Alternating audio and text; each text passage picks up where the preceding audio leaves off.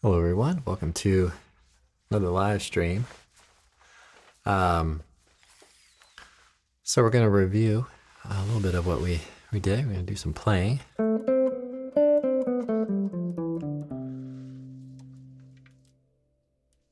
And just kind of have a little fun today.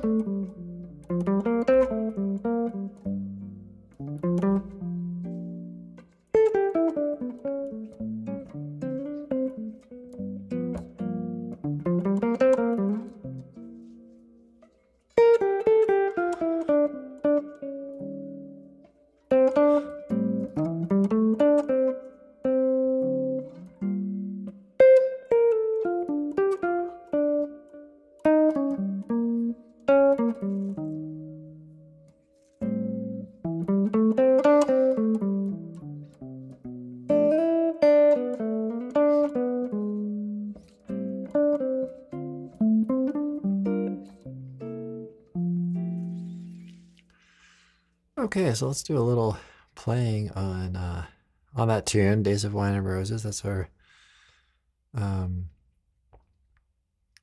standard tune here. So let me just load all of this up. I think I'm trying to get this more smooth and seamless, but it's kind of taking a little time. All right, start in here and play a little bit on this tune. Maybe kind of a moderate tempo.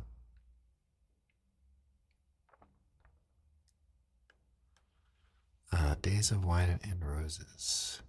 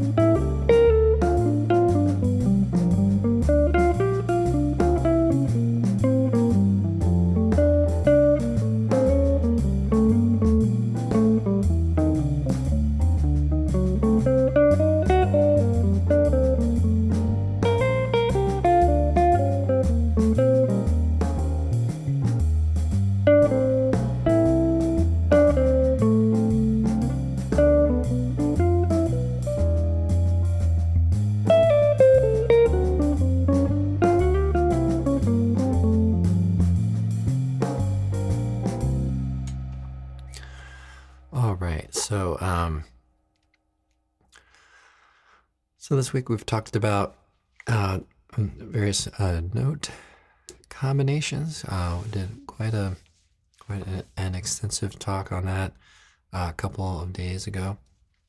And the concept of taking an octave and breaking it up. So how to put that into work. Let's say we're working on Days of Wine and Roses here. And so let's say we take the first chord, right? Right, so you think about, okay, well, if I divide it up, get 4 notes out of it, and get the major 7. And then how are you going to fill those other notes in? So you might start with the most obvious choice, which would be the major scale. Okay, so that's going to give you the most inside sound, right? Because we are in the key of F, so that gives you 1 flat. But you might explore other sounds too. So let's say, maybe have a brighter sound. And there are different, contexts that you could use those for. So you can go. You can actually use both of those tones. So the sharp 4 might tend to point up to the 5th.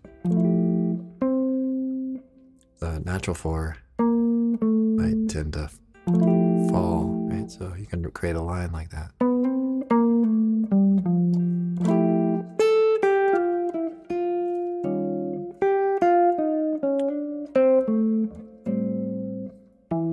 Right. So taking each one of the chord changes and working by dividing the octave up and trying maybe experimenting with different things. First with the most inside sound, and then just going further, maybe further away from it.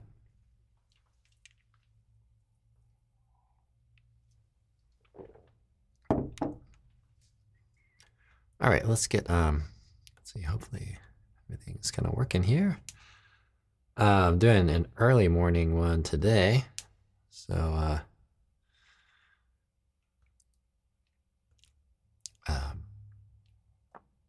probably prefer to do it in the evening, but I've got some things going on, but this is good. Different feel. Doing the video and the podcast in the morning. I kind of like it, but would probably prefer to be a little bit more warmed up. Let's check it out here. So, all right, so we're talking about that F scale. What other kind of cool scale? There's so many really cool kind of things. And, oftentimes playing with the backing track or just playing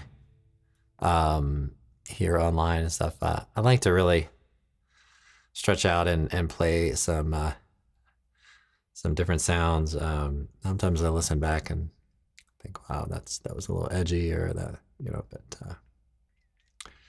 but anyhow, it's part of the challenge, coming up with new things. Okay, so a lot of kind of cool scales. So Lydian and Ionian. I'm just using those mode names as shorthands for chord scales, so I'm not spelling everything out. But check this out.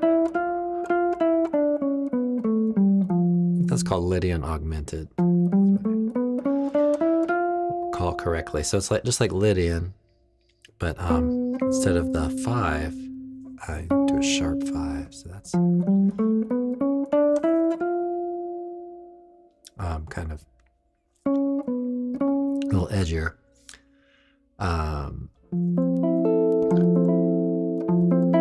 So there we're talking about 7 notes, right? How about this one? This one's kind of cool too.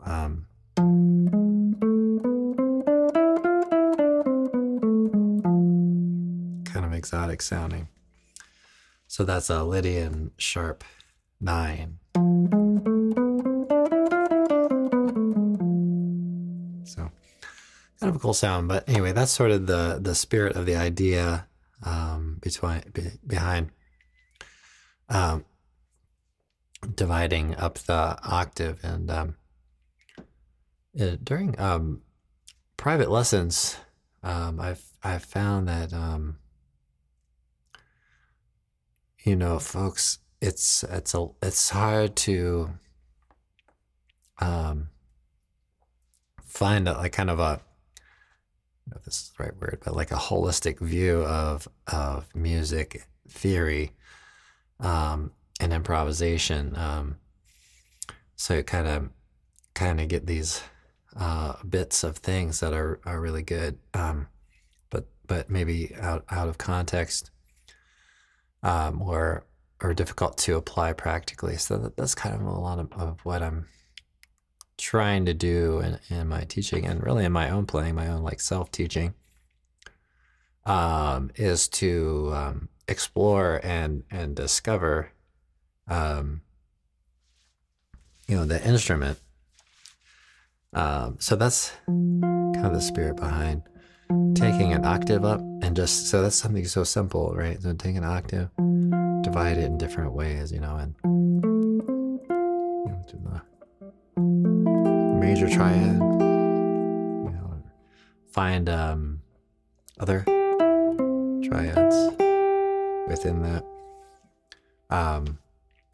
But that's kind of the idea, trying to divide the octave up in various ways, and that's how I made that program, the Fret Prince program,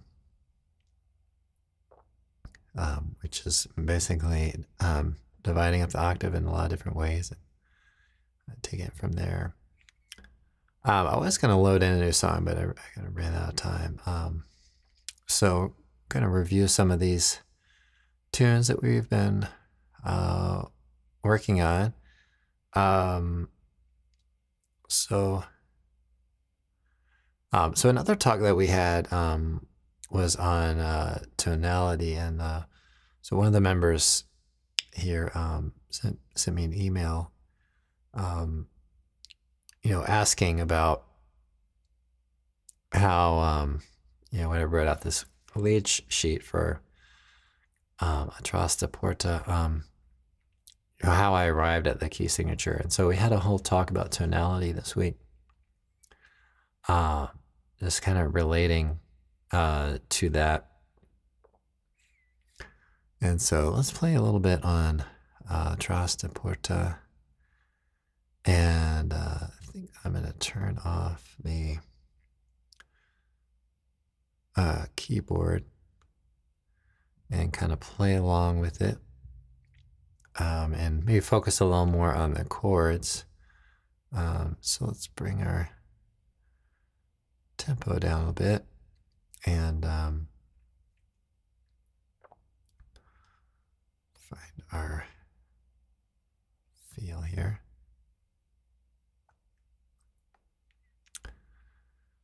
All right. So I really wish this would count me in. Count in. I have count in selected, and then it doesn't count it in. But anyway, we'll work with it. So it might be just starting right on it. So I'm gonna focus a little bit on the chords and the do a little improv on it.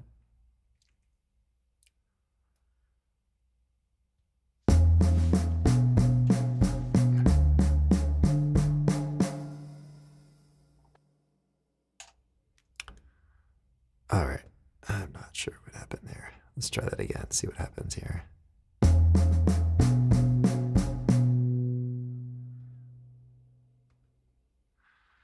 Is not exactly what I was expecting. Oh, I think I know what I did. Okay. Okay, I think what I have there is some brushes, so it just sounds really odd if I don't have brushes on. So apologize for the false start there. I think this should be good.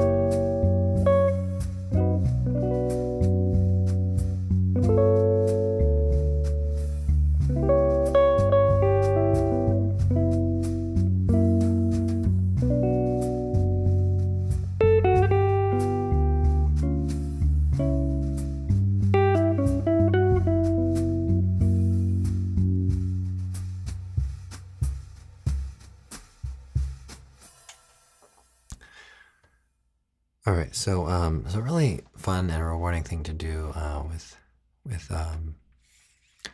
this is to discover pluralities between chords and how they kind of move from one to the next.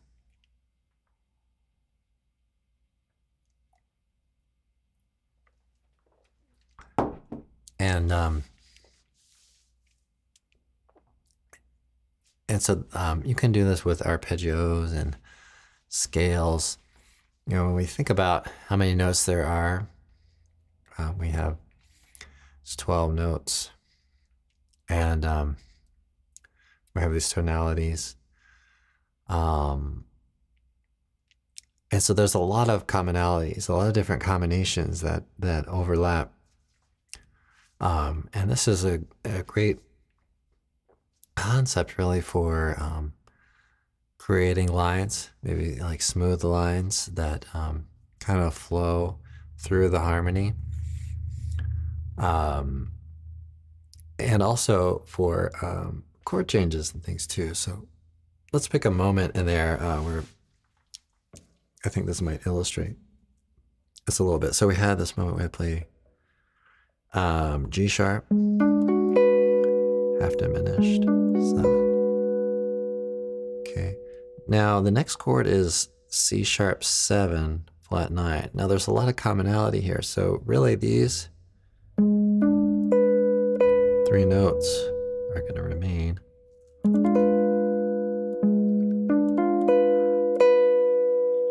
Okay.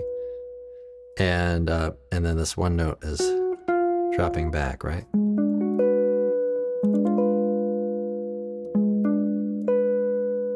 Okay. And then we go on to C sharp minor 7, flat 5. So check this out. So this top note can remain the same. These lower tones can kind of drift down. Okay. And then again, we can go to F sharp 7, flat 9. Right, so that's kind of cool, right? So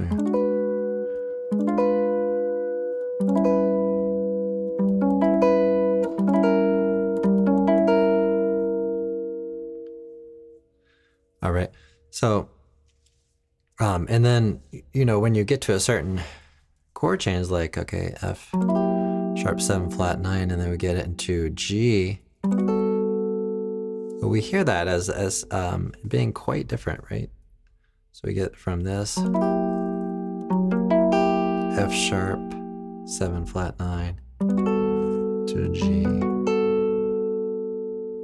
major 9, right?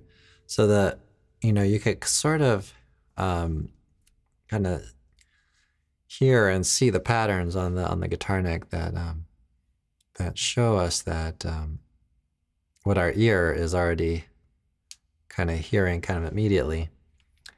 We have it sort of illustrated on the guitar neck that, oh, this sound is very different. That's why, you know, there's a striking shift in the sound.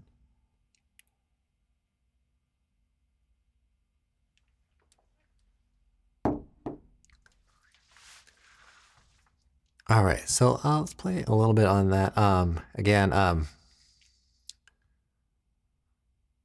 there's another concept. I tell this story sometimes, and I can't really confirm that this is actually the case. But one time I was listening to, I think, a live Metheny recording, and I wasn't watching. I was listening, but it was on a video, so on YouTube, and I heard this chord, right, and I said, well, that cannot be right, so I went back and I watched it, and he like plays this chord that I was observing, and then he kind of looks over at his left hand. Right at that moment, you know, upon hearing it, and so that sort of sent a message to me that okay, maybe that was um, unintentional or not the chord that he was intending. But kind of the lesson learned from that is to kind of commit to whatever it is that you do. So I think there were at least two times in that um, last play along there where I was not particularly happy with the chord voicing that I played and did something that I was expecting something different. But the kind of takeaway is to kind of commit to it, and when the time's appropriate to stop the chord at appropriate time. So it sounds like okay, he's resting, or change to a different chord. So we just always try to kind of prioritize that time element of things. All right, so I think I'll play through this again, and just if you want to watch this, if you're watching the video version of this, maybe check out a little bit of the commonalities in the chords as I move along. So I'm going to make an effort to kind of change the chords in a very smooth way, find kind of common tones where possible.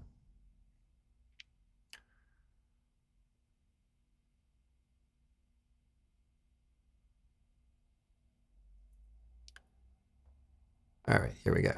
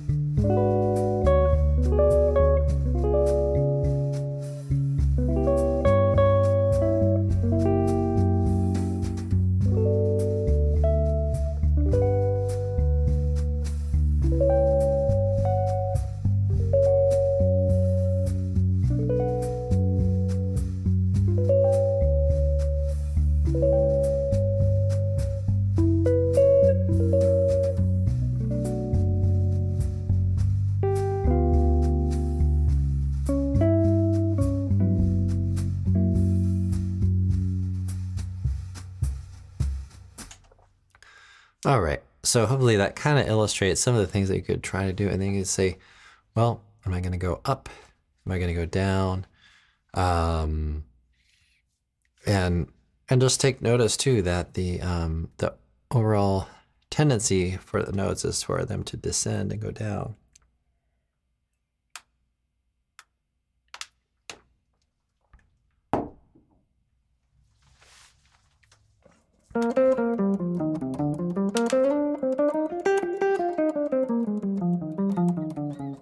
Okay, so we talked about dividing the octave this week. We talked about tonality this week.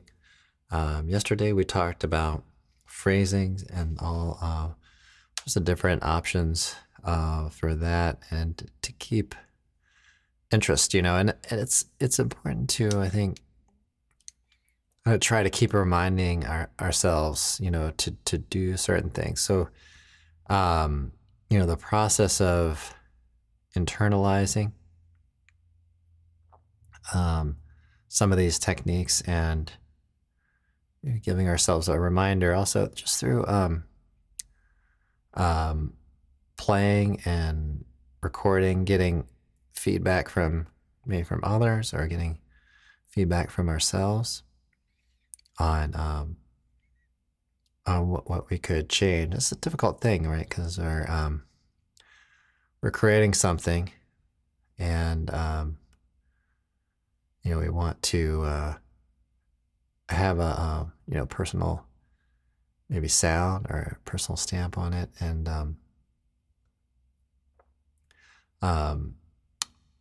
but I think the process of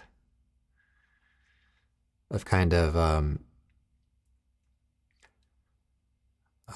playing and thinking about the things we don't like, so that's one thing I've tried to do in my own playing, and I continue to do, is listen back and identify those things that I don't like about what's going on in the playing. So let's play a little more and turn the loop on and play a little bit on Solar, and think a little bit about some of those phrasing things. So accenting, maybe having rhythms in mind when we're accenting, or certain amounts of notes. We talked about 3s and 5s, and also just generally accenting on the end of the beat.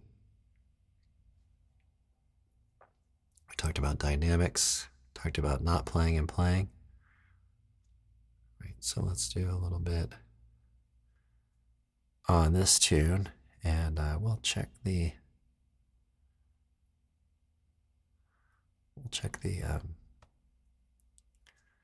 live stream for questions. Got here. All right, let's do a little playing here.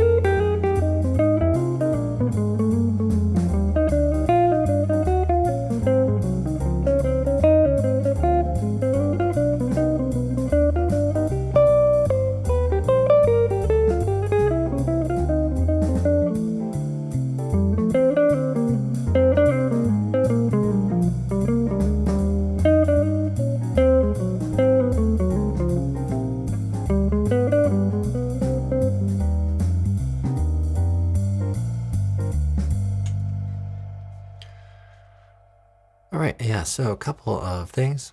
Thinking about as we see wrap up our talk for today. So I think about tonality. So we talked about that at the beginning of this week, and so when we're improvising, we want to think what's the overall scheme of the tune, and just kind of think in key, and that can be really difficult. I think on some jazz progressions, because they do change and move around, right? So kind of keeping that tonic in mind, trying to find, like we did with the chords, maybe common tones that might work throughout. So you could, say pick a tone, let's say the fifth of a tune, so maybe, and see how that might fit into different chords. Okay, so we're playing that same. So far, that tone is worked on throughout the whole thing. Okay, now we get into an issue because that tone is not in there. We have this flat. Okay, so you play a half step or a whole step above if you want to fit the sound, right? Okay. And then maybe kind of again. Let's see. Let's keep it on this one. So that, again, that would be kind of a sus sound that might not work. We could maybe go back to the 4, right? Because if we have maybe a sharp 11 on that D flat, and then you can kind of go back to G. So there's really just kind of a moment there where you might change that one note. So maybe we'll go through and play around with that a little bit, see how that works. So we'll see how that might work. So we'll listen for that one tone. So I'll play through with that and maybe expand on it as we go.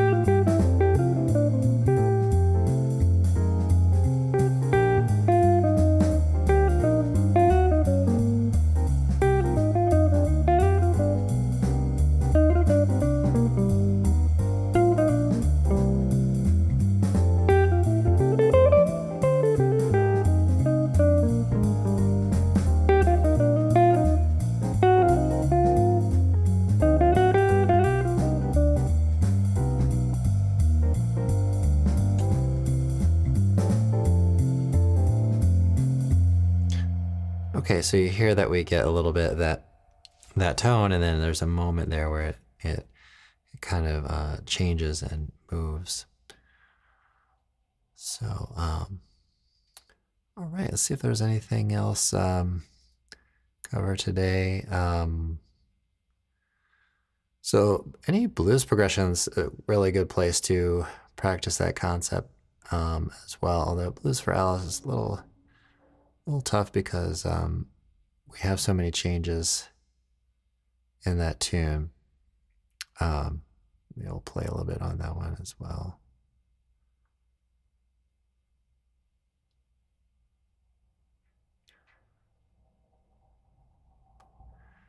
All right, and then, well, maybe we'll take it kind of up and then just think about the challenges of that, and just maybe kind of like maybe playing less and working on the changes as they kind of go through, and that's kind of a challenge.